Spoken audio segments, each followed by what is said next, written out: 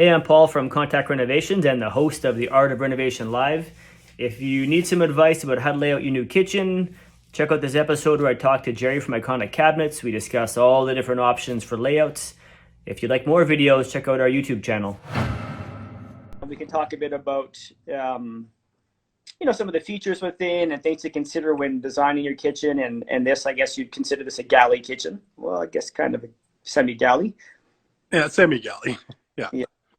Yeah. So the big thing with this one is, like, what do you want the kitchen for? Like, obviously you want to use it for cooking, right? That's obvious. But a lot of people want to use it for entertaining. Some people want to use it to actually eat at. Some people don't want to see it. So you need walls to close it off. So what is it that people want to use the kitchen for, right? Mm-hmm. Yeah. Yeah, and how do they use it, right? Is the active cooking part of what they do when they host? Like, some people love to cook and want that to be kind of the focal point of the night. It's almost like entertainment. And others don't really want you to see what happens in the kitchen. They're more focused on, entertaining at the table in a separate room, right? Yeah, exactly. So this one is made for the open style. So everybody's going to hover around the island. Some people will sit, some will just stand. You put the hors d'oeuvres on the counter, that type of idea. Mm-hmm. So each person has something different. Like, I know a lot of people that just don't want to see the kitchen. They want to hide the kitchen. They want to hide the mess, that type idea.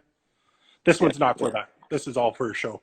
Right. And I think part of that too, when you're planning, your kitchen, where is your range, your cooktop going to go, right? Because some people like having, like, for example, in this case, in the island, you could have your range in the island with a big fancy range hood. Then as you cook,